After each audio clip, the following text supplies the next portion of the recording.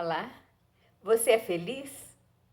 O que precisa hoje para ser feliz? Hoje a nossa vida está marcada pelo desejo de sermos felizes.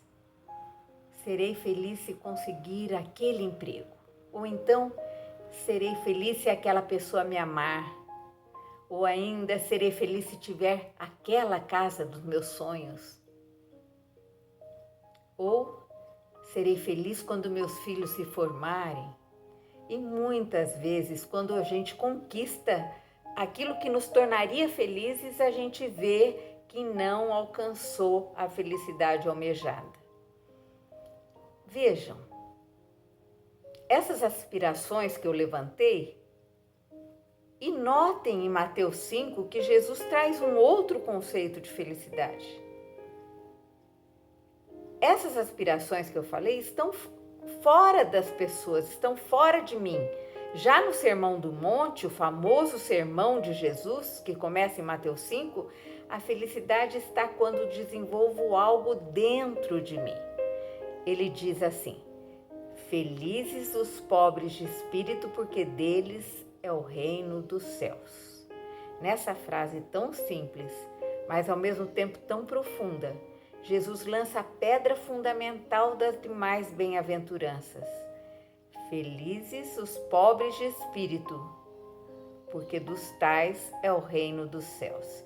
Jesus estava falando de uma condição espiritual, uma atitude de alma e não de situação socioeconômica.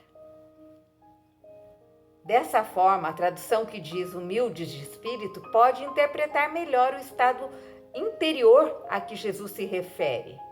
Porém, a palavra pobre, humilde, no novo conceito de Jesus, implicava numa condição de alma, numa nova atitude em relação a Deus. O pobre de espírito pode eventualmente ser rico, cuja confiança está em Deus e não na riqueza que possui. Os pobres ou humildes de espírito são os que vivem na exclusiva e total dependência de Deus. Podem ser totalmente despojados de tudo menos de Deus. O pobre de espírito não se percebe rico em nada, nem mesmo em santidade ou espiritualidade.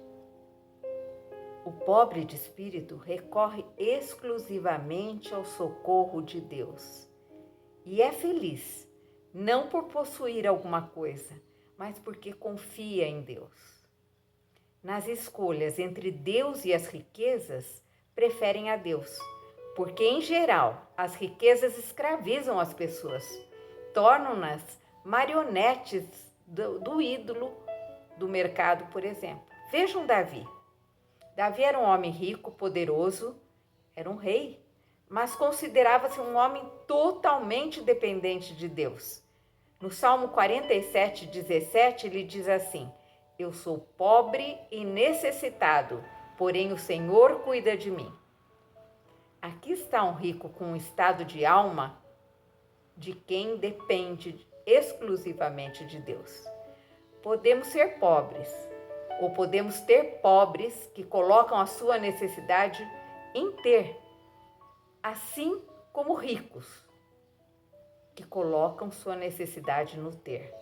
O nosso status econômico não tem a ver, mas Jesus disse que é mais fácil um pobre entrar no reino do que um rico, porque para o pobre, ele tende a priorizar a Deus, até porque a riqueza é um ídolo muito distante dele, muito difícil dele alcançar. O discípulo de Jesus, ele é pobre de espírito por constatar a sua insignificância quando posto diante de Deus, quando posto diante da cruz. Ele entende que a sua relação ou a sua reação com Deus é fruto da sua graça e que nada